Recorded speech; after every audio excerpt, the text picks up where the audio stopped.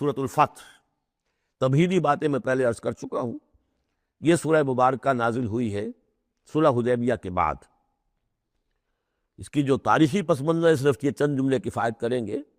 سن 5 میں غزوہ احزاب کے بعد یہ حضور نے صحابہ سے کہہ دیا تھا کہ اب قریش میں وہ دم نہیں رہا کہ اب دوبارہ وہ تم پر چڑھ کر آئیں اور حملہ کریں۔ لن تغزوکم قریش بعد عامکم ھذا ولکنکم تغزونہم، اب انیشیٹو تمہاری طرف سے ہوگا۔ وہ انیشیٹو حضور نے لیا ہے سن 6 میں۔ آپ نے عمرے کا احرام باندھا اور آپ کے ساتھ 1400، عام طور پر زیادہ بیان ہوتا ہے لیکن بعض روایات میں 1800 صحابہ احرام باندھ کر چلے کہ ہم عمرہ کرنے جا رہے ہیں۔ یہ گویا کہ ایک ٹیسٹ تھا کہ اب قریش کرتے کیا ہیں۔ آپ احرام کے لیے اپنی منزل بہ منزل کرتے ہوئے پہنچ گئے حدیبیہ تک، وہی جگہ جہاں پر کہ پھر صلح ہوئی۔ ادھر قریش کے لیے جو ہے ان کی جان پر بن گئی۔ پہلی بات تو یہ کہ ان کی روایات کے خلاف تھا کہ کوئی آئے عمرے کی نیت سے اور ان کو روک دے، یہ عرب کی روایت نہیں تھی۔ دوسرا یہ کہ اب اگر آنے دیتے ہیں اور مسلمان دنگناتے ہوئے آئیں شہر کے اندر عمرہ کریں تو گویا کہ ان کی شکست ہو گئی۔ تو وہاں پر جو بھی ہوا تفصیلات کا تو موقع نہیں ہے۔ ایک طرف تو وہ تلے ہوئے تھے کہ جنگ کریں گے، اور جب حضرت عثمان کو حضور نے بھیجا ہے کچھ سلسلہ جنبانی کے لیے، وہاں ان کو روک لیا گیا، خبر مشہور ہو گئی کہ انہیں شہید کر دیا گیا۔ پھر حضور نے بیعت لی، وہ بیعت علی الموت کہلاتی ہے، بیعت علی لا نفر یا بیعت علی الموت، اور اس کا نام ہے بیعت رضوان۔ ایک درخت کے نیچے آپ تشریف فرما ہوئے اور سب نے آ کر آپ سے بیعت کی کہ اب یہاں جانیں دے دیں گے اپنی، سب ہم یہاں پر مرنے کے لیے تیار ہیں، جانیں قربان کر دیں گے، یہاں سے واپس نہیں جائیں گے۔ جب وہاں یہ خبریں پہنچی اور انہوں نے کچھ اور اندازہ کر لیا تھا کہ یہ تو بڑے سرفرے لوگ معلوم ہو رہے ہیں، ان میں سے کوئی جو ہے بھاگنے والا نظر نہیں آتا یہاں سے، تو پھر یہ ہے کہ وہ مجبور ہو گئے کہ اب کچھ صلح کریں۔ پھر صلح ہوئی، صلح حدیبیہ، لیکن وہ بڑی ان ایکول صلح تھی، اس میں مسلمانوں کے لیے ہیوملیشن تھی، اس لیے کہ یہ طے کر لیا گیا اس میں کہ اگر کوئی مسلمان مدینے سے واپس آئے مکے تو اسے مکے والے واپس نہیں کریں گے، لیکن اگر کوئی مکے سے مدینے جائے گا تو واپس کرنا ہوگا۔ اور وہاں پر ہو بھی گیا، ابو جندل صحابی تھے جن کو کہ اسی نے جو کہ وہاں سے صلح کے لیے مستشیر کرنے کے لیے آیا تھا، سہیل بن عمرو، اس کا ہی بیٹا، عین اس وقت وہ پہنچ گیا، لیکن صلح کے وہ کاغذات لکھے جا چکے تھے، اس نے معاملہ بچایا۔ مسلمانوں مجھے پھر نسائیوں کے حوالے کر رہے۔ حضور نے فرمایا کہ اب ابو جندل تم صبر کرو، جو وعدہ ہم کر چکے ہیں اس کی پابندی کرنی ہے۔ بہرحال اس کو حضور نے، اگرچہ صحابہ تو اس درجے دلگیر تھے کہ ہم یہ دم کر صلح کیوں کر رہے ہیں، حضرت عمر رضی اللہ تعالیٰ عنہ سے تو بہرحال یہ بھی کہہ دیجئے کہ زیادہ قرب جو انہیں حاصل تھا حضور سے، اس کی بنا پر ان کی یہ ہمت ہو گئی کہ آپ نے وہ سوال جواب بھی کر لیا جس پر آپ پھر ساری عمر پچھتاتے رہے۔ کہ آپ نے پوچھا کہ کیا ہم حق پر نہیں ہیں؟ حضور نے فرمایا ہاں ہم حق پر ہیں۔ کیا آپ اللہ کے رسول نہیں ہیں؟ آپ نے مسکرا کر جواب دیا ہاں میں اللہ کا رسول ہوں۔ تو پھر ہم یہ کیوں دم کر صلح کر رہے ہیں؟ آپ نے فرمایا کہ میں وہی کر رہا ہوں جو اللہ نے مجھے حکم دیا۔ بس اتنی سی بات تھی جس پر ساری عمر پچھتائے۔ لیکن یہ بات حضرت علی نے بھی کر دی اس درجے میں کہ جب وہ صلح نامہ لکھا گیا، حضور ڈکٹیٹ کرا رہے تھے، حضرت علی کاتب تھے، لکھ رہے تھے، تو اب حضور نے فرمایا یہ صلح نامہ ہے، لکھو محمد رسول اللہ اور قریش کے مابین۔ وہ سہیل بن عمرو نے اعتراض کر دیا کہ نہیں، یہ اگر ہم اس میں لکھیں گے ظاہر بات ہے صلح نامے پر تو دونوں فریقوں کے دستخط ہوتے ہیں، تو میں دستخط کروں گا تو میں تو آپ کو اللہ کا رسول نہیں مانتا، ورنہ اس عبارت کی روح سے جب اس کے نیچے میرا بھی دستخط آئیں گے تو وہ میں نے مان لیا۔ تو حضور نے اس پر بھی مسکرا کر کہا کہ تم مانو نہ مانو میں اللہ کا رسول ہوں، لیکن اے علی مٹا دو یہ رسول اللہ کے لفظ، مٹا دو وہاں سے، لکھ دو یہ معاہدہ ہے محمد ابن عبداللہ اور قریش کے مابین۔ حضرت علی نے کہا کہ حضور یہ میں نہیں کر سکتا، میں اپنے ہاتھ سے آپ کے نام کے ساتھ لکھے ہوئے الفاظ، اب دیکھیے اگرچہ حکم تو یہ ہے کہ الامر فوق الادب، لیکن یہ کہ جو بھی کچھ ہوا ہے کہ یہ ہوا غیرت دینی، حمیت دینی کی وجہ سے۔ حضرت علی نے بھی کیا، حضرت عمر نے بھی کیا، دونوں کے طرز عمل میں کوئی فرق نہیں۔ لیکن بہرحال اس کے بعد جو ہے صلح ہوئی ہے، اور مسلمانوں کے دل اگرچہ اس پہ بہت ہی رنجیدہ تھے، اور یہ بات بھی بڑی عجیب تھی کہ وہی احرام کھول دیے گئے، وہی قربانی کے جانور جو ہیں، تو اب اس پر جو ہے یہ آیت سورت اتری ہے، اور پہلا لفظ یہ ہے انا فتحنا لک فتحا مبینا، مسلمانوں کی دلجوئی کے لیے کہ تم جسے سمجھ رہے ہو کہ دب کر صلح کی ہے، حقیقت حال کے اعتبار سے تو اے محمد ہم نے آپ کو بڑی روشن فتح عطا فرمائی۔ آج ہم اسے انٹرپریٹ کر سکتے ہیں روشن فتح کس اعتبار سے کہ ٹریٹی کے معنی یہ ہے کہ مصالحت یا صلح ہوتی ہے دو فریقوں کے درمیان جو ایک دوسرے کو ریکگنائز کرے. اس کا مطلب یہ ہے کہ قریش نے ریکگنائز کر لیا that Muhammad is a power to reckon with. اور یہ بہت بڑی بات ہے. قریش نے تسلیم کیا، اور تسلیم کرنا جو ہے یہ اللہ تعالیٰ کی طرف سے فتح عظیم ہے. انا فتحنا لک فتحا مبینا لیغفر لک اللہ ما تقدم من ذنبک وما تاخر. اب دیکھیے یہ ذنب کا لفظ یہاں پہ دوبارہ آ گیا، تاکہ اللہ تعالیٰ بخش دے آپ کو جو پچھلے ہوئی آپ کی کوئی کوتاہیاں یا گناہ یا جو بعد میں ہوئی. وَيُتِمَّ نِعْمَتَهُ، جو پیچھے رہے گناہ ان کو بھی بخش دے. وَيُتِمَّ نِعْمَتَهُ عَلَيْكَ، اور تاکہ اللہ تعالیٰ اپنی نعمت کا اتمام فرما دے آپ پر. وَيَهْدِيَكَ صِرَاطًا مُسْتَقِيمًا، اور آپ کو ہدایت دے سیدھے راہ کی طرف. اب یہ ہے پھر ایک اشکال پیدا ہوتا ہے کہ حضور صلی اللہ علیہ وسلم تو پہلے ہی سیدھی راہ پر ہیں، پھر یہ کہ تمام اہل ایمان حضور کے ساتھ سیدھی راہ پر چلے آ رہے ہیں، اور سیدھی راہ پر چلتے ہوئے اب اہل ایمان کو بھی، حضرت ابوبکر کو بھی آپ کے ساتھ چلتے ہوئے کتنے برس ہو گئے؟ 18 برس ہو گئے. اب ان کے معنی کیا ہو گئے؟ تو اس پہ بہت سی بحثیں ہیں، یہ تو اب میں تفصیل میں نہیں جا سکتا.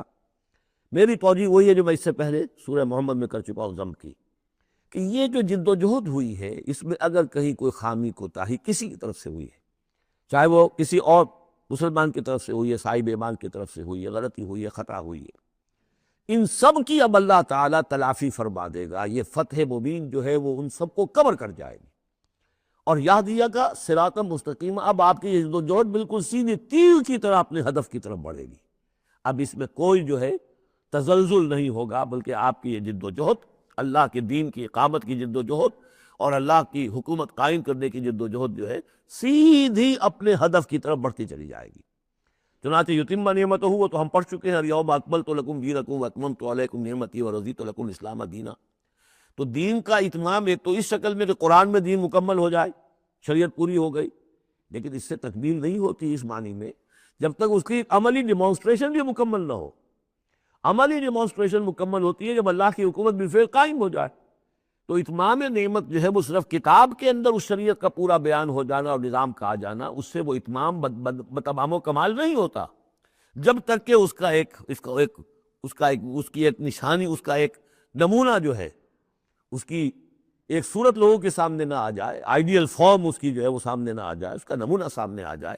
تو اس کے لیے ضروری ہے کہ اب یہ جد و جہد آپ کی جو ہے سیدھی اب تیز رفتاری کے ساتھ اپنے اصل ہدف یعنی اظہار دین لیظہرہ علی الدین کلہ. اور یہ آیت آ جائے گی اس سورہ مبارکہ کے آخر میں بھی کہ ہم نے بھیجا ہی آپ کو ہے محمد اس لیے ہے کہ آپ اللہ کے دین کو غالب کریں.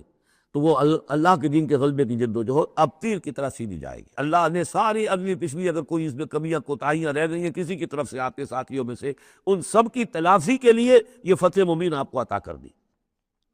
وَيَنْصُرَكَ اللَّهُ نَصْرًا عَزِيزًا، اور اللہ آپ کی مدد کرے گا ایسی مدد کہ جس کے لیے کوئی شکست نہ ہو، بڑی زبردست مدد. هُوَ الَّذِي أَنزَلَ السَّكِينَةَ فِي قُلُوبِ الْمُؤْمِنِينَ لِيَزْدَادُوا إِيمَانًا مَعَ إِيمَانِهِمْ. وہی ہے کہ جس نے اہل ایمان کے دلوں میں سکینت نازل کر دی تاکہ ان کے ایمان میں اور اضافہ ہو جائے، تاکہ وہ اور اضافہ کر لیں اپنے ایمان میں، جتنا ایمان ہے اس سے اور بڑھ کر. وَلِلَّهِ جُنُودُ السَّمَاوَاتِ وَالْأَرْضِ. اب ظاہر بات ہے کہ اس میں ایک تو کیفیت یہ تھی کہ جو انہیں سکون حاصل تھا کہ وہ تیار تھے سب اپنی جانیں دینے کے لیے، اس کے لیے بھی ایک سکون قلب کے اندر اللہ تعالیٰ نے ان کے پیدا کیا تھا، تبھی تو وہ اس کے لیے آمادہ ہوئے. پھر یہ کہ ان کے اندر نظم اور ضبط کا یہ عالم کہ کوئی ایک شخص بھی حق میں نہیں تھا کہ یہ صلح یہاں اس وقت ہو. لیکن محمد رسول اللہ، ان کی اطاعت، اس کا سب سے بڑا ٹیسٹ وہاں ہوا ہے. اور یہ بات جو میں کہہ رہا ہوں شاید بعض ذرا کو عجیب لگی، کوئی ایک شخص بھی نہیں تھا اس کے حق میں. اس کی دلیل کیا ہے؟ اس کی دلیل یہ ہے کہ جب حضور نے جب صلح ہو گئی مکمل، آپ نے فرمایا مسلمان اٹھو، احرام کھول دو اور یہی قربانیاں دے دو. کوئی نہیں اٹھا، ایک بھی نہیں اٹھا. دوسری مرتبہ کہا آپ نے اٹھو بھائی، اب ہو گیا بات، بس جو ہو گئی ہوگی، اب یہی احرام کھول دو. کوئی نہیں اٹھا. تیسری دفعہ کوئی نہیں اٹھا. آپ دلگیر ہو کر، دل گرفتہ ہو کر اپنے خیمے میں چلے گئے. ام سلمہ رضی اللہ تعالیٰ عنہ ام المومنین آپ کے ساتھ تھی. ان سے جا کر کہا، میں نے 3 مرتبہ مسلمانوں سے کہا ہے کہ اٹھو اور احرام کھول کو، کوئی نہیں اٹھ رہا. انہوں نے کہا، مشورہ دیا کہ آپ کسی سے کچھ نہ کہیں، اپنی زبان سے کچھ نہ کہیں، آپ اپنا احرام کھول دی. بس آپ آئے باہر، آپ نے قربانی دی، احرام کھول دیا. اس پر اب سب اٹھ گئے. یعنی اصل میں وہ سب کے سب منتظر تھے کہ کیا حضور ہمارا امتحان لے رہے ہیں، یہ کوئی ٹیسٹ ہو رہا ہے، کیا ہو رہا ہے، یا حالت منتظر شاید کوئی نئی صورت پیدا ہو جائے، شاید حالات بدل جائیں۔ لیکن ان کے لیے یہ بڑی انہونی سی بات تھی کہ عمرے کی نیت کر کے ہم نے احرام باندھا ہوا ہے، یہاں کیسے کھول دے رہا۔ لیکن بہرحال وہ صرف ایک توقف جو تھا وہ اسی درجے میں تھا کہ شاید کوئی نئی صورت پیدا ہو جاتی، لیکن اس سے ظاہر ہو رہا ہے کہ سب کے دل جو ہے وہ اس صلح کے حق میں نہیں تھے۔ وہ تو چاہ رہے تھے کہ اب ہمیں موقع ملے اور ہم یہاں جنگ ہو اور اللہ کے دین کو ہم غالب کریں۔ هو الذی انزل السکینۃ فی قلوب المؤمنین لیزدادوا ایمانا مع ایمانہم وللہ جنود السماوات والارض، اور تمام آسمانوں اور زمین کے لشکر تو اللہ ہی کے ہیں۔ وکان اللہ علیما حکیما، اللہ سب کو جاننے والا اور کمال حکمت والا ہے۔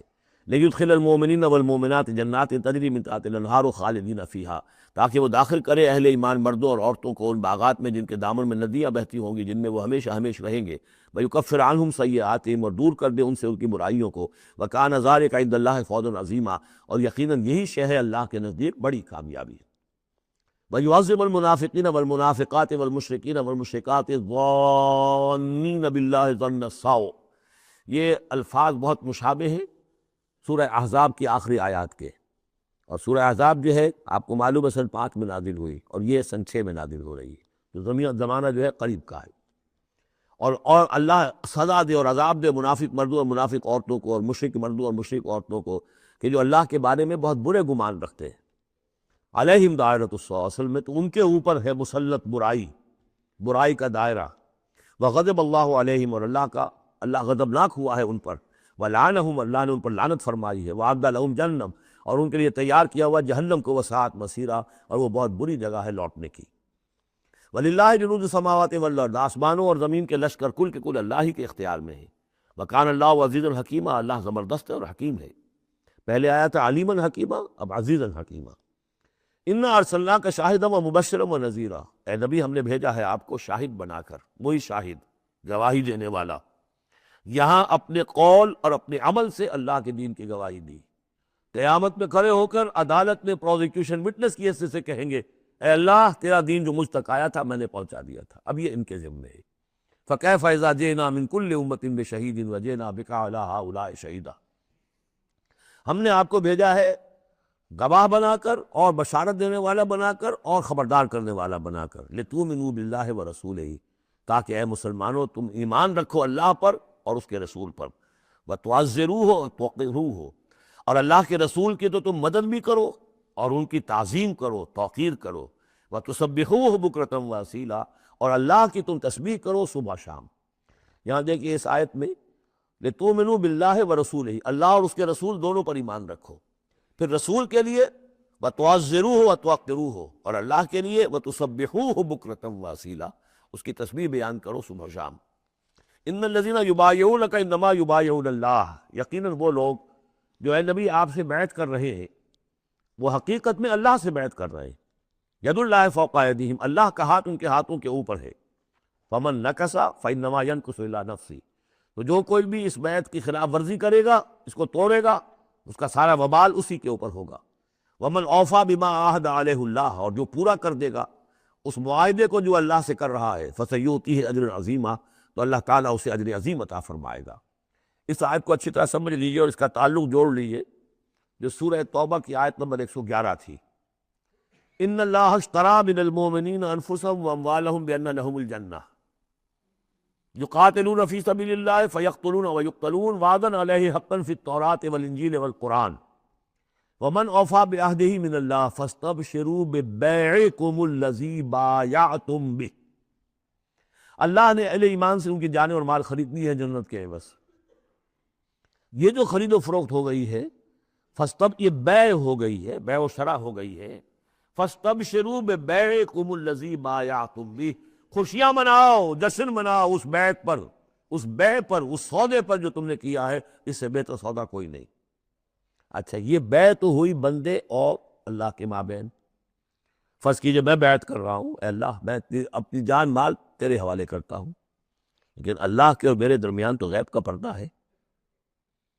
یہ کیسے، کس کو دوں یہ جان اور مال، کس کے حکم پر دوں، کس کے کہنے پر دوں، کہاں مال خرچ کروں؟ ظاہر بات ہے کہ اس کے لیے کوئی انسان، اب وہ انسان اس وقت تھے محمد الرسول اللہ صلی اللہ علیہ وسلم، بیع اللہ سے، بیعت محمد سے۔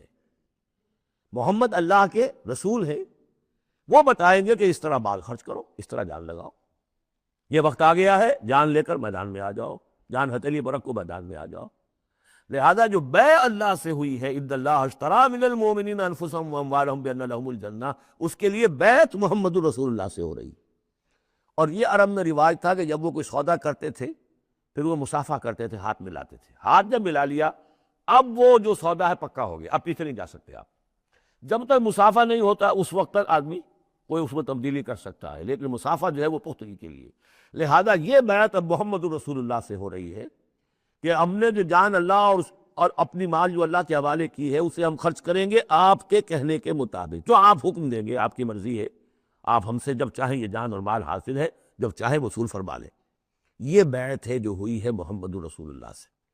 اچھا، اس میں جو یہ فرمایا، چونکہ یہ تین فریق ہو گئے، اللہ، بیعت کرنے والا اور جس کے ہاتھ پر بیعت کی گئی، لہذا یہ ٹرائی پارٹائٹ ایگریمنٹ ہے، تین فریق ہیں اس کے۔ ایک وہ ہے حضور کا ہاتھ، جس پر بیعت کرنے والے کا ہاتھ آ گیا۔ اللہ نے فرمایا ایک تیسرا ہاتھ بھی ہے، وہ تمہیں نظر نہیں آ رہا، ید اللہ فوق ایدیہم، اللہ کا ہاتھ ان کے ہاتھوں کے اوپر ہے۔ تو یہ تین ہاتھ ہیں در حقیقت اس بیعت کے اندر، اس بیعت کے اندر۔ ان الذین یبایعونک انما یبایعون اللہ، اصل میں تو بیع اور بیعت کی ہو رہی ہے تو اللہ سے ہو رہی ہے۔ فاستبشروا ببیعکم الذی بایعتم بہ، باب مفاعلہ کے اندر بھی وہ آ گیا، تم نے جو باہمی یہ کیا ہے بیع و شرع کا معاملہ، تو خوشیاں مناؤ، وہی باب مفاعلہ ہے، وہ یبایعونک، ان الذین یبایعونک، اے نبی جو آپ سے یہ بیعت کر رہے ہیں، انما یبایعون اللہ، وہ اللہ سے بیعت کر رہے ہیں۔ ید اللہ فوق ایدیہم، اللہ کا ہاتھ ان کے ہاتھوں کے اوپر ہے۔ فمن نکث فانما ینکث علی نفسہ، تو جو کوئی بھی اب اس سے روگردانی کرے گا، اسے توڑے گا، اس کی خلاف ورزی کرے گا، اس کا وبال اسی پر آئے گا، آپ پر اس کا کوئی الزام نہیں۔ ومن اوفی بما عہد علیہ اللہ فسیؤتیہ اجرا عظیما، اور جو بھی پورا کر دے گا جس کا کہ اس نے وعدہ اللہ سے کیا ہے، یہ معاہدہ اللہ سے ہوا جان اور مال کا۔ اسی لیے سورہ احزاب میں آپ نے پڑھا تھا نا، من المؤمنین رجال صدقوا ما عہد اللہ علیہ فمنہم من قضی نحبہ ومنہم من ینتظر۔ اہل ایمان میں وہ جوان مرد ہیں جنہوں نے اپنا جو عہد کیا تھا اللہ سے وہ پورا کر دکھایا، سچا کر دیا۔ ان میں سے وہ بھی ہیں جو اپنی نظر پیش کر چکے، اور وہ بھی ہیں جو باقی منتظر ہیں ابھی کہ کب ہماری باری آئے۔ وبال دوش ہے سر جان ناتواں پہ، مگر لگا رکھا ہے تیرے خلد و ثنا کے لیے، اے اللہ ہم لیے پھر رہے ہیں اس سر کو کہ کب تیری راہ میں کٹے اور ہم فارغ ہو جائیں، سمک دوش ہو جائیں، ہمارے کندھے سمک ہو جائیں، ہلکے ہو جائیں، سمک دوش، کندھا ہلکا ہو جائے۔ یہ سر کا بوجھ ہم لگائے ہوئے ہیں اپنے سر پر کہ کب تیری طرف سے حکم آئے ہم اپنے سر کٹوائیں اور ہم فارغ ہوں۔ اب اسی کو سمجھ لیجئے کہ حضور کے بعد یہ بیعت کس سے ہوگی؟ جو بھی کوئی داعی اللہ اب کھڑا ہو اللہ کے نام کے، نبی تو نہیں ہوگا، ہوگا امتی۔ اطاعت اس کی ہوگی اللہ اور اس کے رسول کی اطاعت کے نیچے نیچے، اس کے دائرے کے اندر، مستقل بذات اطاعت اس کی نہیں ہوگی۔ لیکن یہ کہ بہرحال اب بھی ضرورت ہوگی کہ کوئی جماعت ہو، کوئی جمعیت ہو، کوئی طاقت ہو، ایک فن سے جو ہے اکیلا چنا بھاڑ نہیں پھوڑ سکتا۔ دین کو غالب کرنے کی جد و جہد، عقیم الدین جو ہم پڑھائے ہیں، یہ پورا سلسلہ جو ہے مکی صورتوں کا جو ان مدنی صورتوں کے ساتھ منسلک ہے، توحید عملی، اقامت دین، اور جو اس صورت کے اندر آ جائے گا لِیُظْہِرَہُ عَلَى الدِّینِ کُلِّہ، اس کے لیے جماعت چاہیے، جمعیت چاہیے۔ تو اب بھی کوئی اللہ کا بندہ ہوگا، آپ اسے ٹھوک بجا کر دیکھ لیں، اطمینان دیکھیں، دیکھیں اس کی رائے کیا ہے، وہ کیا سمجھتا ہے۔ اگر وہ دین سے بھی واقف ہے، اگر وہ یہ کہ زمانے کے حالات سے بھی واقف ہے، اس کی شخصیت کو دیکھیے، اس کے ماحول کو دیکھیے، اگر آپ کا دل گواہی دے کہ یہ کوئی بہروپیہ نہیں ہے، یہ واقعتاً سنسیئر آدمی ہے، خلوص کے ساتھ اس کے ہاتھ میں ہاتھ دے کر بیعت کیجیے، ساتھ چلیے۔ یہی طریقہ مسنون اور منصوص ہے، یہی ایک طریقہ ہے جس کا قرآن مجید میں، یعنی نصوص کسے کہتے ہیں؟ نصوص قرآنی، نصوص حدیث۔ حدیث میں بھی ذکر ہے تو بیعت کا ہے۔ باقی اور کوئی طریقہ جماعت سازی کا مسنون نہیں ہے۔ مباح وہ بھی ہے، جو بھی طریقہ اختیار کر لیا مباح ہے، حرام نہیں ہے۔ ممبرشپ ہے، ممبرشپ سے پھر امیر کا منتخب کرنا ہے 2 سال 4 سال کے بعد پھر انتخاب، ٹھیک ہے، کوئی شے حرام نہیں ہے جب تک کہ اس کی حرمت کے لیے کوئی دلیل نہ ہو۔ لیکن مسنون اور منصوص اور معصور، 3 الفاظ۔ نصوص قرآن و سنت میں جس کا تذکرہ ہے وہ بیعت ہے۔ جو مسنون ہے پوری زندگی حضور کی جو ہے اس میں کتنی بیعتیں ہوئی ہیں، بیعت عقبہ اولیٰ، بیعت عقبہ ثانیہ، بیعت رضوان، اور پھر یہ کہ نحن الذین بایعوا محمدا علی الجہاد ما بقینا ابدا، جب غزوہ احزاب میں جب وہ خندق کھودی جا رہی تھی تو یہ شعر پڑھ رہے تھے صحابہ کرام، ہم ہیں وہ لوگ کہ جنہوں نے محمد سے بیعت کی ہے جہاد کی، اب یہ جہاد جاری رہے گا جب تک جان میں جان ہے۔ یہ ہے ساری زندگی میں آپ کی یہ بیعت کا نظام تھا۔ اس کے بعد خلافت ہوئی تو بیعت پر ہوئی، حضرت ابو بکر سے بیعت، عمر سے بیعت، مشورہ علیحدہ بات ہے، جب طے ہو گیا کہ اب یہ ہو گیا تو بیعت۔ پھر خلافت میں کچھ غلط رخ پیدا ہو رہا تھا، حضرت حسین رضی اللہ تعالیٰ عنہ اور حضرت عبداللہ ابن زبیر رضی اللہ تعالیٰ عنہما یہ کھڑے ہوئے تو جنہوں نے جمعیت بنائی بیعت کی بنیاد پر بنائی۔ یہ دوسری بات ہے کہ جو کوفی تھے انہوں نے جو بیعت کی تھی حضرت حسین سے وہ توڑ دی انہوں نے، فمن نکث فإنما ينکث علی نفسہ۔ اس کے بعد ہمارے ہاں اگر کوئی سلسلہ بنا ہے ارشاد کا، تزکیہ نفس کا، صوفیاء کا، وہ بھی بیعت، بادشاہ ہوتے تھے تو بیعت۔ پچھلی صدی میں جتنے جہاد ہوئے، ہمارے ہاں سب سے بڑا جہاد ہوا پچھلی صدی کا، 19ویں صدی عیسوی کا، سید احمد بریلوی رحمۃ اللہ علیہ اور شاہ اسماعیل شہید رحمۃ اللہ علیہ، ان لوگوں کا جو بیعت کی بنیاد پر جمع تھی، کوئی اور بنیاد جماعت سازی کی نہیں تھی۔ مہدی سوڈانی نے جہاد کیا انگریزوں کے خلاف بیعت کی بنیاد پر، سلوسی نے جہاد کیا اطالویوں کے خلاف بیعت کی بنیاد پر۔ تو یہ بیعت کا لفظ جو یہاں آیا ہے اس کو اچھی طرح سمجھ لیجیے۔ یہ جان لیجئے کہ یہ جو دوسرا رکوع ہے اس سورہ مبارکہ کا، اور اس کے بعد تیسرا رکوع اور چوتھا رکوع جو ہے، ان میں بھی تقدیم و تاخیر ہے۔ یہ جو پہلے رکوع کا مضمون ہے یہ جا کر ملے گا اب تیسرے کے ساتھ، اور بعد میں یہ نازل ہوا ہے کہ یہ جو دوسرے رکوع میں آیتیں آ رہی ہیں۔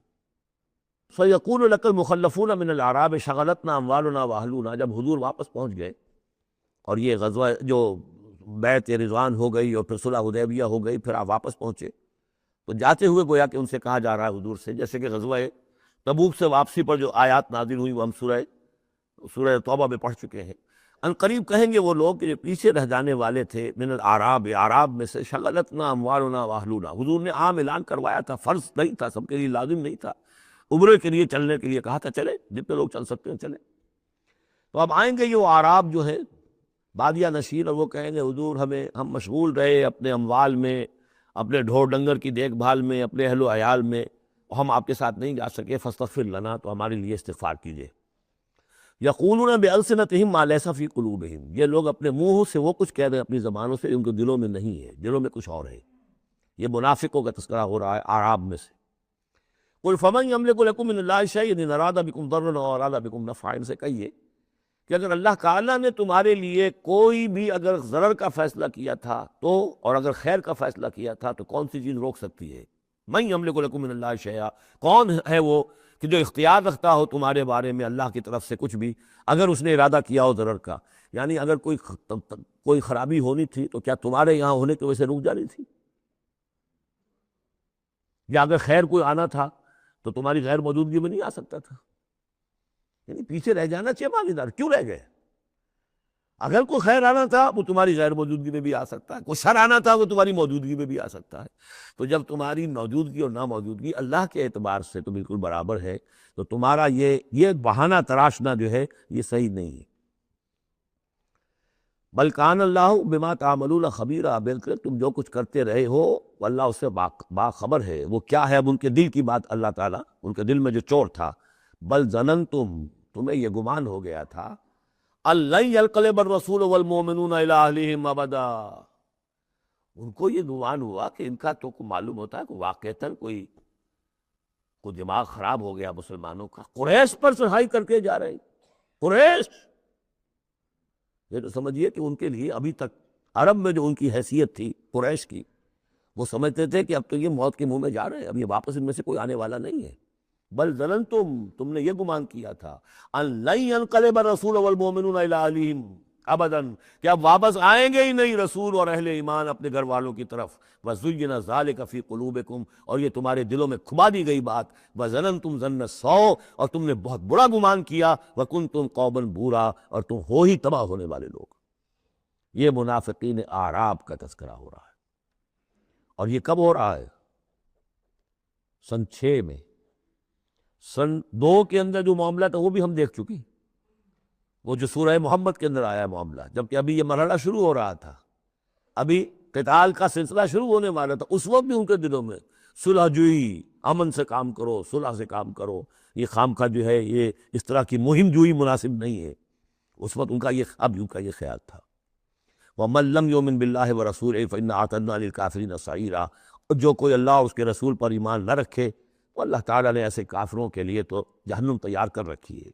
وَلِلَّهِ مُلْكُ السَّمَاوَاتِ وَالْأَرْضِ يَغْفِرُ لِمَن يَشَاءُ، اور اللہ آسمان اور زمین کی بادشاہی اللہ ہی کے لیے ہے، وہ بخشتا ہے جس کو چاہتا ہے، وَيُعَذِّبُ مَن يَشَاءُ، اور عذاب دے گا جس کو چاہے گا، وَكَانَ اللَّهُ غَفُورًا رَحِيمًا، اور اللہ تعالیٰ غفور الرحیم ہے۔ سَيَقُولُ الْمُخَلَّفُونَ إِذَا انطَلَقْتُمْ إِلَىٰ مَغَانِمَ لِتَأْخُذُوهَا، اب یہ نوٹ کر لیجئے تاریخی اعتبار سے کہ اس کے فوراً بعد جو ہے اگلے ہی سال حضور نے، اب جب کہ قریش سے صلح ہو گئی تو آپ یکسو ہو گئے، ادھر سے کوئی حملہ اب نہیں ہوگا، تو آپ نے اپنی پوری طاقت لے کر خیبر پر حملہ کیا، جو گڑھ بن گیا تھا یہودیوں کا، جو بنو قینقاع اور بنو نذیر نکالے گئے تھے، جا کے وہیں آباد ہو گئے تھے، پہلے سے بھی وہاں پر وہ بڑا گڑھ تھا، ان کے بڑے قلعے تھے، بڑے یعنی فورٹیفائڈ، اور وہاں پر سارا وہ اب حضور نے ان کی جو ہے سرکوبی کی۔ جب حضور خیبر کی طرف جا رہے تھے، اب ان کا ہم بھی چلتے ہیں آپ کے ساتھ، اس لیے انہیں یقین تھا کہ فتح ہوگی اور مال غنیمت آئے گا۔ سَيَقُولُ الْمُخَلَّفُونَ إِذَا انطَلَقْتُمْ إِلَىٰ مَغَانِمَ، اور اے مسلمانوں جب تم اب جاؤ گے غنیمت حاصل کرنے کے لیے، یعنی اب جو غزوہ خیبر کی طرف جو پیش قدمی کرو گے، تو یہی لوگ جو پہلے پیچھے رہ گئے تھے وہ یہ کہیں گے ذرونا نتبعکم، ہم بھی آپ کے ساتھ چلے، اجازت دیجیے۔ یریدون ان یبدلوا کلام اللہ، یہ اللہ کے کلام کو بدل دینا چاہتے، وہ اللہ کا کلام اگلے رکوع میں آ رہا ہے کہ ان کے بارے میں طے کر دیا گیا تھا کہ جو لوگ اس صلح حدیبیہ کے موقع پر نہیں گئے ہیں ساتھ حضور کے، اب ان کو کسی بھی دوسری نیکسٹ جنگ کے اندر شمولیت کی اجازت نہیں ہوگی۔ وہ آگے آ رہا ہے، اس لیے اس کے سمجھنے میں تھوڑی سی دقت ہوتی ہے، لیکن سمجھ لیجئے کہ وہ آگے ہے، اس لیے تقدیم و تاخیر کی میں نے بات آپ سے کی تھی۔ یریدون ان یبدلوا کلام اللہ، یہ چاہتے ہیں کہ اللہ کے کلام کو تبدیل کر دیں، اللہ کے حکم کو بدل دیں۔ قل لن تتبعونا، کہہ دیجئے کہ نہیں اب تم ہمارے ساتھ نہیں جاؤ گے، کذالکم قال اللہ من قبل، یہ بات اللہ تعالیٰ پہلے ہی کہہ چکا ہے پہلے، اور اس صورت میں آ رہا ہے ذرا بعد میں۔ فسیقولون بل تحسدوننا، وہ کہیں گے یہ تو آپ لوگ حسد کر رہے ہیں ہم سے، آپ ہمیں ساتھ نہیں لے جانا چاہتے، جبکہ ہمیں اندازہ ہے کہ وہاں پہ غنیمتیں ملیں گی۔ بل کانوا لا یفقہون الا قلیلا، حقیقت یہ ہے کہ یہ فہم ہی نہیں رکھتے، تفقہ ہی نہیں رکھتے مگر بہت ہی تھوڑی۔ قل للمخلفین من الاعراب، یہ جو لوگ رہ گئے تھے پیچھے اور یہ بدو لوگ، ان سے کہہ دیجئے ستدعون الی قوم اولی باس شدید، ان قریب پھر تمہیں بلایا جائے گا ایک ایسی قوم کی طرف، ایسے قوم کے مقابلے کی طرف جو بڑی طاقت والی ہوگی، تو قاتلونہم او یسلمون، یا تم ان سے قتال کرو گے یا وہ مسلمان ہوں گے اور یا وہ اطاعت قبول کریں گے۔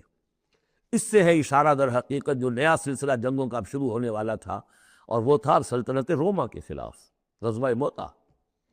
اب اندرون ملکی حرم کا معاملہ جو تھا وہ ختم ہوا، اب تو اصل جو معاملہ پیش آنا ہے وہ انقلاب محمدی کا بین الاقوامی مرحلہ ہے، تصدیر الانقلاب، انقلاب کو اب آگے ایکسپورٹ کرنا ہے، اور اب ٹکراؤ ہونے والا ہے جس کی پیشگی خبر دی جا رہی ہے سلطنت روما کے ساتھ، جہاں سٹینڈنگ آرمیز تھی لاکھوں کی، یہ رومن لیجنز مشہور ہیں تاریخ کے اندر، غرق آہن اور ٹرینڈ، تو تمہیں بلایا جائے گا اس وقت، پھر تمہیں ایک موقع دے دیا جائے گا، ستدعون الی قوم اولی باس شدید تقاتلونہم او یسلمون، اور یہ اصل میں تین چیزیں آ گئی وہی کہ اب جو بھی اس عرب سے باہر جو معاملہ ہوا ہے، یا تو وہ اسلام لے آئے یا وہ اطاعت قبول کر لیں، یہ دونوں یسلمون میں شکلیں ہو جائیں گی، اطاعت قبول کر لیں یا اسلام لے آئیں، یا پھر جنگ ہوگی۔ فَإِن تُطِيعُوا يُؤْتِكُمُ اللَّهُ أَجْرًا حَسَنًا، اگر اس وقت تم اطاعت کرو گے اللہ کے رسول کی، ان کے ساتھ جاؤ گے تو اللہ تعالیٰ جو ہے تمہیں اجر حسنہ دے گا۔ وَإِن تَتَوَلَّوْا كَمَا تَوَلَّيْتُم مِّن قَبْلُ، اور اگر تمہیں اسی طرح پیٹھ دکھا دی جیسے کہ پہلے پیٹھ دکھائی تھی، يُعَذِّبْكُمْ عَذَابًا أَلِيمًا، تو اللہ تعالیٰ عذاب علیم دے گا تمہیں۔ لَيْسَ عَلَى الْأَعْمَىٰ حَرَجٌ، ہاں اگر کوئی اندھا ہے تو اس پر کوئی الزام نہیں ہے، کوئی تنگی نہیں ہے، وہ اگر نہیں گیا کوئی بات نہیں۔ وَلَا عَلَى الْأَعْرَجِ حَرَجٌ، کوئی لنگڑا ہے تو اس کے لیے بھی نہیں ہے۔ وَلَا عَلَى الْمَرِيضِ حَرَجٌ، اسی طریقے سے کوئی بیمار ہے تو اس پر بھی کوئی اس کی باس پرس نہیں ہے۔ وَمَن يُطِعِ اللَّهَ وَرَسُولَهُ يُدْخِلْهُ جَنَّاتٍ تَجْرِی مِن تَحْتِهَا الْأَنْہَارُ، اور جو اللہ تعالیٰ اور اس کے رسول کی اطاعت کرے گا اللہ تعالیٰ اس کو داخل کرے گا ان باغات میں جن کے دامن میں ندیاں بہتی ہوں گی۔ وَمَن يَتَوَلَّ، اور جو کوئی پلٹ جائے، پیٹھ موڑ لے، يُعَذِّبْهُ عَذَابًا عَلِیمًا، اللہ تعالیٰ اسے عذاب علیم، دردناک عذاب دے گا۔ اب اس کے بعد یہ پہلے رکوع والا مضمون جو بیعت کا مضمون چل رہا تھا، وہی بیعت کا مضمون اب آگے یہاں چل رہا ہے۔ یہ بیچ والا جو ہے دوسرے رکوع کا مضمون یہ اس کے بعد کا تھا، پہلے آ گیا۔ وہاں جو فرمایا تھا کہ ان الذین یبایعونک انما یبایعون اللہ، اب آگے چلیے، لقد رضی اللہ عن المؤمنین اذ یبایعونک تحت الشجرہ، اللہ راضی ہو گیا ان اہل ایمان سے جو آپ سے بیعت کر رہے تھے درخت کے نیچے۔ فعلم ما فی قلوبہم، تو اللہ تعالیٰ کے علم میں ہے جو کچھ ان کے دلوں میں تھا، اور اس وقت ذوق شہادت اور جوش جہاد تھا، ابھی وہ صلح کی بات تو ہوئی نہیں، وہ تو بیعت کے بولنے کے بعد ہوئی ہے۔ فانزل السکینۃ علیہم، اللہ نے ان پر سکینت، سکون، اطمینان نازل کر دیا۔ واصابہم فتح قریبا، اور انہیں فتح دینی بہت قریب، وہ فتح قریب وہی ہے، انا فتحنا لک فتحا مبینا، اس صلح کو کہا گیا کہ فوری طور پر انہیں فتح مل گئی۔ ومغانم کثیرۃ یاخذونہا، اور بہت سی غنیمتیں ہیں جو وہ اور جو لیں گے، حاصل کریں گے۔ وکان اللہ عزیزا حکیما، اور اللہ تعالیٰ زبردست ہے، حکمت والا۔ وعدکم اللہ مغانم کثیرۃ تاخذونہا، اے مسلمانوں اللہ کا تم سے وعدہ ہے بہت سی غنیمتیں تمہیں ملیں گی۔ فعجل لکم ہذہ، تو یہ تو تمہیں نقد دے دی ہے، فوری طور پر دے دی ہے یہ فتح جو تمہیں مل گئی ہے۔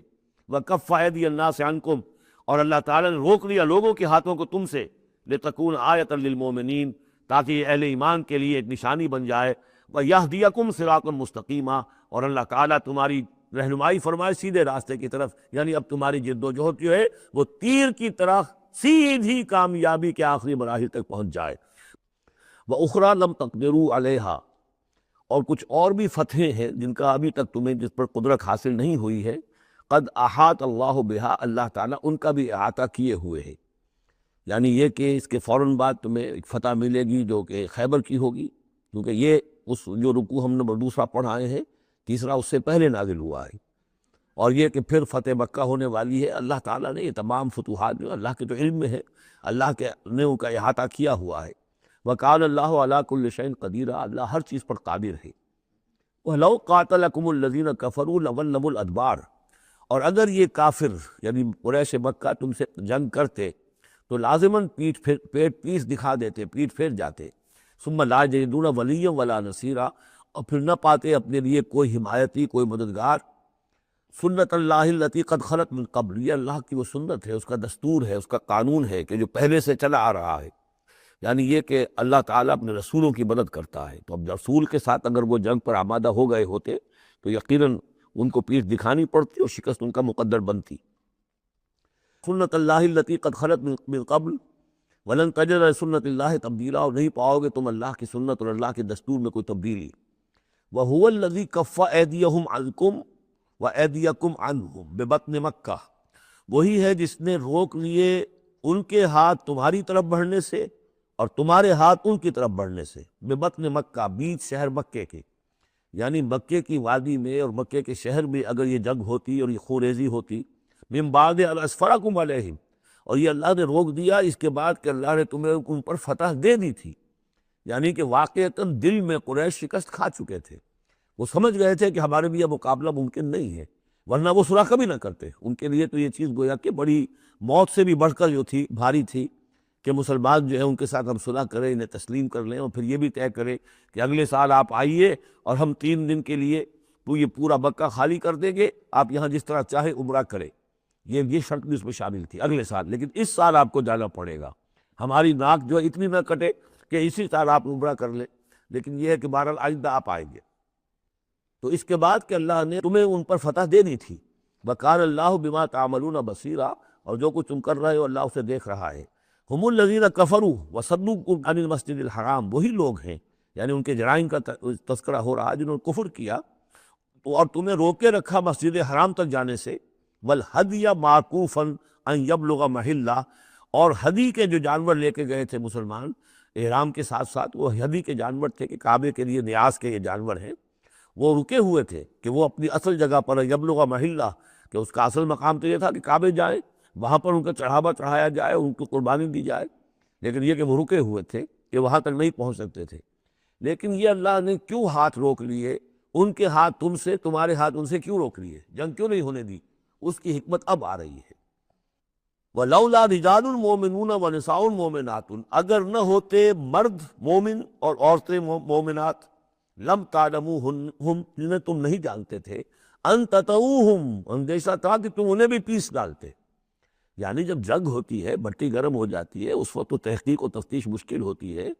اب وہ مسلمان کے جو ہجرت نہیں کر سکے، ان میں ضعفاء بھی تھے، ان میں مریض بھی تھے، ان میں عورتیں بھی تھیں جن کے لیے ممکن ہی نہیں تھا، جیسا کہ ہم سورہ نساء میں پڑھ چکے ہیں کہ جن کے لیے بالکل ممکن ہی نہیں تھا، اللہ تعالیٰ نے ان کو معاف کر دیا تھا، ہجرت نہیں کر رہے تب بھی اللہ ان سے مواخذہ نہیں کرے گا۔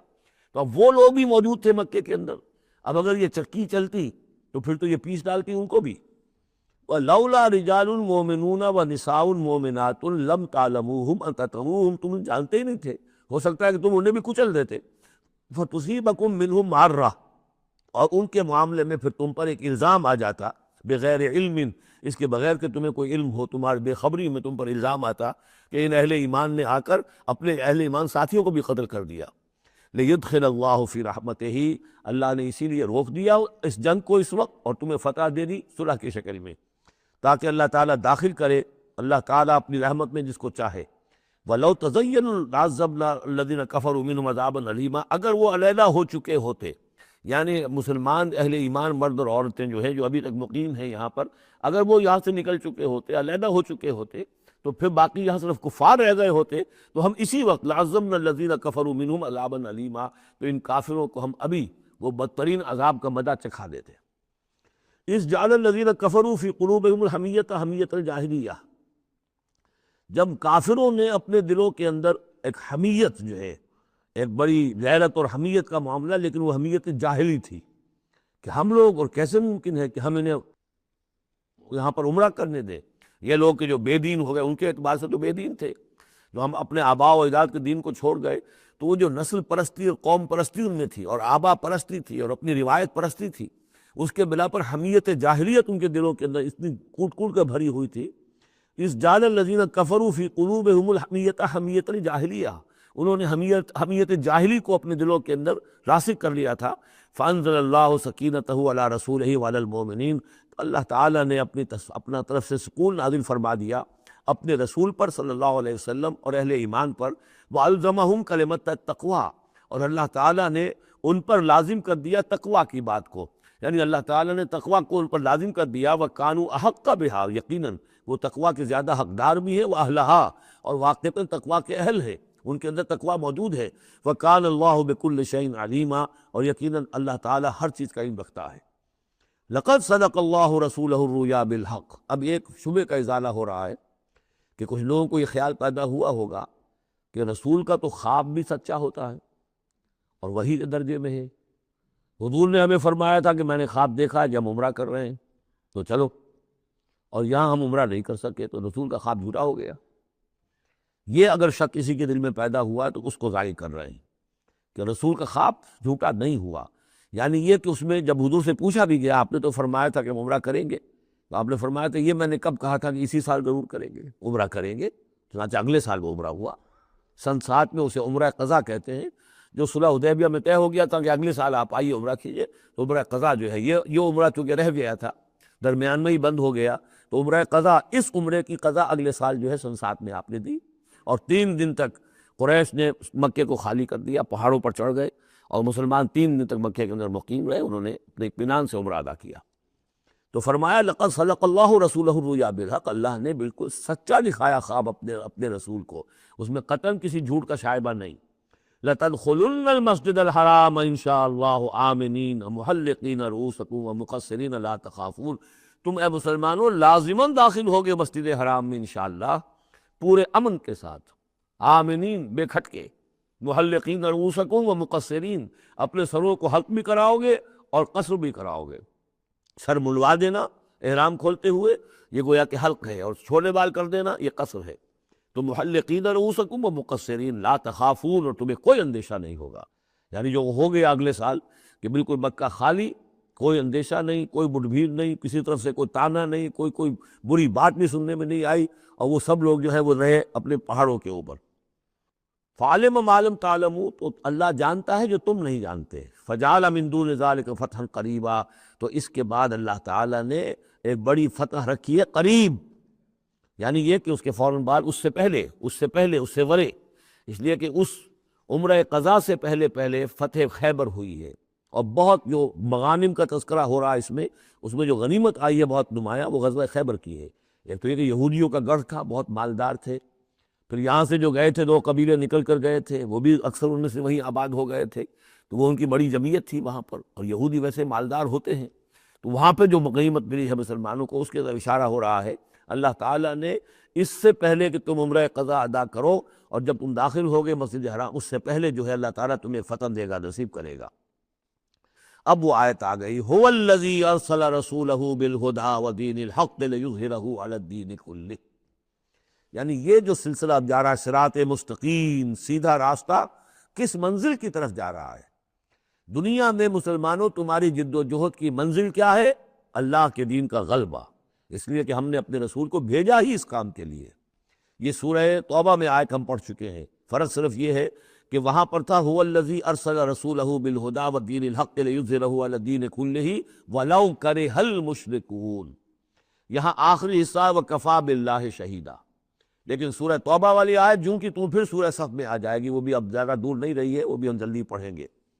تو اللہ نے تو بھیجا ہے اپنے رسول کو صلی اللہ علیہ وسلم الہدا دے کر، یعنی قرآن حکیم جو ہدایت کاملہ ہے، نو انسان کا پیام آخری حامل او رحمت للعالمین، هو الذی ارسل رسولہ بالہدی ودین الحق، اور دین حق دے کر بھیجا ہے۔ یہ دین کی بات کیجئے، اب دیکھیے، الدین، ان اقیم الدین، اللہ کے دین کو قائم کرو۔ ام لہم شرکاء شرعوا لہم من الدین ما لم یأذن بہ اللہ، کیا ان کے شریکوں نے بھی کوئی دین دیا ہے انہیں؟ اللہ نے انہیں دین حق دیا ہے، اور دین حق اس لیے دیا ہے کہ اسے غالب کرے کل کے پورے نظام زندگی کے اوپر، پورے نظام زندگی پر۔ وہی ہے جس نے بھیجا ہے اپنے رسول کو صلی اللہ علیہ وسلم بالہدا، ہدایت دے کر، قرآن دے کر، ودین الحق، اور سچا دین، حق دین، عادلانہ نظام زندگی دے کر، لیظہرہ علی الدین کلہ، تاکہ وہ غالب کرے اسے کل کے کل نظام زندگی پر، وکفی باللہ شہیدا، اور کافی ہے اللہ مدد کے لیے۔ عام طور پر ترجمہ یہاں پر گواہ کا کیا گیا ہے، آپ نے دیکھا ہوگا، لیکن یہاں اس لفظ شہید کا مطلب جو مدد کے ہے۔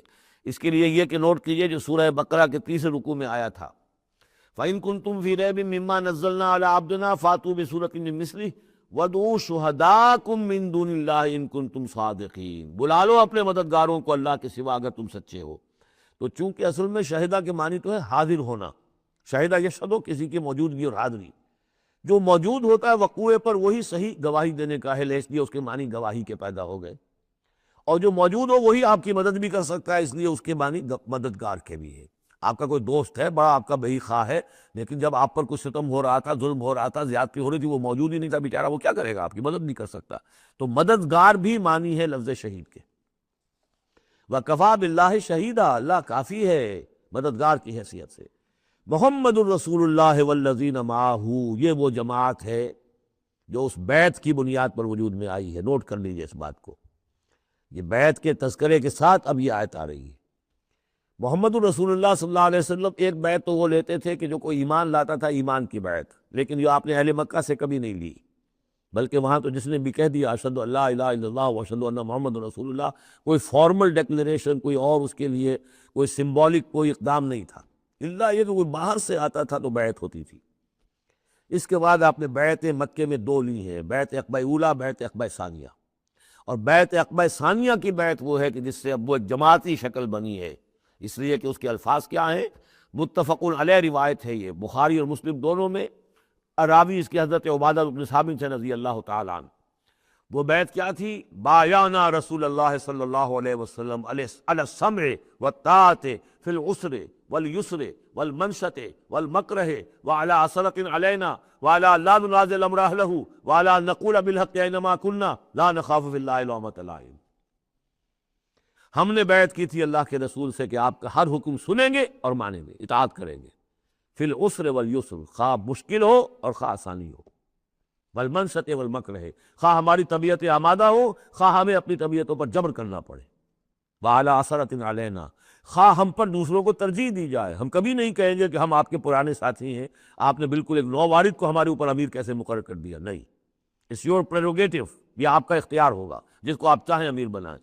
وعلیٰ اللہ ننازع الامر اہلہ، جنہیں آپ والی امر بنا دیں گے، امیر بنا دیں گے، ان سے بھی ہم جھگڑیں گے نہیں، ان سے تعاون کریں گے، ان کی اطاعت کریں گے۔ جیسے کہ ایک اور حدیث میں حضور نے فرمایا، من اطاعنی فقد اطاع اللہ ومن عصانی فقد عصی اللہ، جس نے میری اطاعت کی اس نے اللہ کی اطاعت کی، اور جس نے میری نافرمانی کی اس نے اللہ کی نافرمانی کی۔ ومن اطاع امیری فقد اطاعنی، جس نے میرے مقرر کردہ امیر کی اطاعت کی اس نے میری اطاعت کی، ومن عصا امیری فقد عصانی، جس نے میرے مقرر کردہ امیر کی نافرمانی کی اس نے میری نافرمانی کی۔ اب ظاہر بات ہے جب جماعتی زندگی ہوتی ہے تو ایک ہی امیر نہیں ہوتا، اب ایک فوج ہے، ایک سپہ سالار ہے، لیکن اور چھوٹے چھوٹے جو اس کے حصے ہیں، میمنہ پر کوئی اور ہے، میسرہ پر کوئی اور ہے، اب قلب پر کوئی اور ہے، چھوٹے چھوٹے کمانڈرز بھی تو ہیں، چھوٹی سی کمپنی ہے، پلاٹون ہے، پھر بٹالین ہے، بٹالین سے اوپر پھر ریجیمنٹ ہے، ہر جگہ پر جو ہے اس کے جو آفیسرز موجود ہیں، جو کمانڈرز موجود ہیں، ان سب کا سلسلے وار سب و طاعت کا نظام اگر نہیں ہوگا تو وہ فوج کہاں ہوئی؟ اس طرح ایک جماعت ہے، ایک پورے ملک کے اندر جماعت ہے، اس کا امیر ہے، پھر اس کے کئی صوبائی اس کی شاخیں اس کے امیر ہیں، تو یہ تو نظام اس طرح چلے گا۔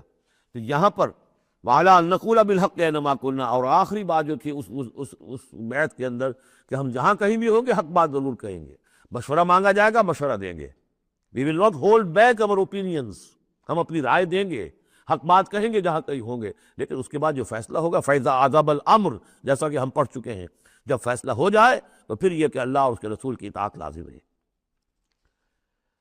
تو فرمایا یہ محمد الرسول اللہ والذین معہ کی جو جماعت بنی ہے اس شکل میں، اس قتال کے مرحلے کے شروع ہونے سے پہلے، منہج انقلاب نبوی میں اقدام کا مرحلہ جب آیا ہے، پیسو ریزسٹنس جب ایکٹیو ریزسٹنس میں چینج ہو رہی ہے، تو اب وہ ایک نظم جماعت کی شکل ہے، اور وہ بیعت عقبہ ثانیہ کی بنیاد پر وجود میں آیا۔ محمد رسول اللہ والذین معہ اشداء علی الکفار رحماء بینہم، اللہ کے رسول، یہ اس میں دو طرح ترجمے اس کے کیے جاتے ہیں، محمد اللہ کے رسول ہیں، یہ ایک جملہ پورا ہو گیا، والذین معہ اشداء علی الکفار رحماء بینہم، اور جو ان کے ساتھ ہیں وہ کافروں پر بہت بھاری ہے اور آپس میں بہت رحم دل ہے۔ اور ایک ترجمہ یہ بھی ہے کہ محمد رسول اللہ والذین معہ، یہ سب مل کر مبتدا بنی، اللہ کے رسول محمد اور جو ان کے ساتھ ہیں ان سب کی شان یہ ہے کہ اشداء علی الکفار رحماء بینہم، وہ کفار کے حق میں بڑے سخت ہیں لیکن آپس میں بہت رحم دل ہے، رحیم ہے، شفیق ہے۔ یہ ہم پڑھ چکے ہیں سورہ مائدہ میں بھی، اذلۃ علی المؤمنین اعزۃ علی الکافرین، اہل ایمان کے حق میں وہ بہت ہی نرم خو ہو، حلقہ یاراں تو برے شب کی طرح نرم، رزم حق و باطل ہو تو فولاد ہے مومن۔ یہ شان جو ہے بندہ مومن کی قرآن مجید میں دو جگہ آئی ہے۔ تراہم رکعاً سجدا یبتغون فضلا من اللہ ورضوانا، تم دیکھو گے ان کو کبھی سجدے میں گرے ہوئے ہوں گے اور کبھی رکوع کر رہے ہوں گے، وہ اپنے رب کے فضل کے متلاشی رہتے ہیں ہر دم ہر آن، اور اللہ کی رضا چاہتے ہیں۔ سیماہم فی وجوہہم من اثر السجود، اور ان کی جو نشانی ہے وہ ان کے چہروں میں جو اثرات پیدا ہوتے ہیں سجدے سے۔ سجدے سے عام طور پر تو خیال یہ ہوتا ہے کہ یہی جو گٹا پڑ جاتا ہے یہ سجدے کا نشان ہے، لیکن اس کے علاوہ بھی نمازیوں کے چہرے میں ان کی نماز کی ایک کیفیت ہوتی ہے، نورانیت ہوتی ہے کہ جو ان کے چہروں کے اندر موجود ہوتی ہے۔ ذالک مثلہم فی التوراۃ، یہ ہے ان کی مثال اور تمثیل جو تورات میں آئی تھی، ومثلہم فی الانجیل، اور انجیل میں جو ان کی مثال دی گئی تھی وہ یہ ہے کزرع اخرج شطأہ، جیسے ایک کھیتی وہ اپنا پٹھا نکالتی ہے، فآزرہ، پھر اسے گاڑھا کرتی ہے، فاستغلظ، اور فاستوى، اس کو مضبوط کرتی ہے پھر اسے گاڑھا کرتی ہے، فاستوى علی سوقہ، پھر اپنی نال پر کھڑی ہو جاتی ہے۔ چھوٹی سی کوئی کوپل پھوٹتی ہے، پھر وہ بڑھتی ہے، نرم سی ہے، پھر ذرا اس کا جو تنا بنتا ہے وہ اس کے اوپر پھر کھڑی ہو جاتی ہے سیدھی۔ یہ جس طریقے سے درجہ بدرجہ یہ جو زراعت ہو رہی ہے، یہ کھیتی ہو رہی ہے، اس کا نتیجہ کیا نکلتا ہے؟ یعجب الزراع، جو زراعت کرنے والا ہے، جو کاشتکار ہے، اسے بڑی بھلی لگتی ہے، آیا آج دیکھا اپنی کھیتی کو اپج آئی ہے، نکل آئی ہے، اس کے بعد یہ کہ اب بڑھ رہی ہے، پک رہی ہے، اب کھیتی لہرا رہی ہے، اس کے اوپر سٹے آ گئے ہیں۔ یعجب الزراع لیغیظ بہم الکفار، تاکہ اس سے دل جلے کافروں کا۔ اب یہاں اس سے واضح ہو گیا یہاں زراع کون ہے؟ یہ کھیتی صحابہ کرام کی کھیتی ہے جو پھل رہی ہے، پھول رہی ہے، اور اس کا کاشتکار کون ہے؟ محمد الرسول اللہ صلی اللہ علیہ وسلم۔ حضور کے ساتھ آپ کو معلوم ہے کہ جب انتقال ہوا ہے ابو طالب کا تو وہ مشکل 125 آدمی تھے، 150 آدمی تھے، آپ کی ایسی پوزیشن بھی نہیں تھی کہ اپنے بل پر مکے میں رہ سکتے، اسی لیے طائف گئے تھے، کوئی آلٹرنیٹ بیس مل جائے میں وہاں منتقل کر دوں اپنی اس دعوت کا اور اپنی اس تحریک کا مرکز، لیکن یہ کہ وہاں سے خالی ہاتھ آنا پڑا تھا۔ ایک وہ دور تھا کہ جس میں پھر ایک مشرک کی امان لے کر مکے میں داخل ہو سکے، مطعم بن عدی کی۔ آج ایک دور یہ ہے کہ 1400 یا 1800 آدمی جو ہیں وہ بیعت موت کی ہے انہوں نے، اور ان کو اس پر جو ہے ملال ہے کہ دم کر صلح کیوں کی ہے۔ ان کی جو حمیت ایمانی ہے، غیرت ایمانی ہے، وہ ملال اس پر ہے، وہ جان بچنے کی کوئی خوشی نہیں ہے انہیں۔ وہ تو کہتے ہیں اب تو ہم نے دم کر کیوں صلح کرے، ہم اپنی جانیں دینے کے لیے تیار ہیں۔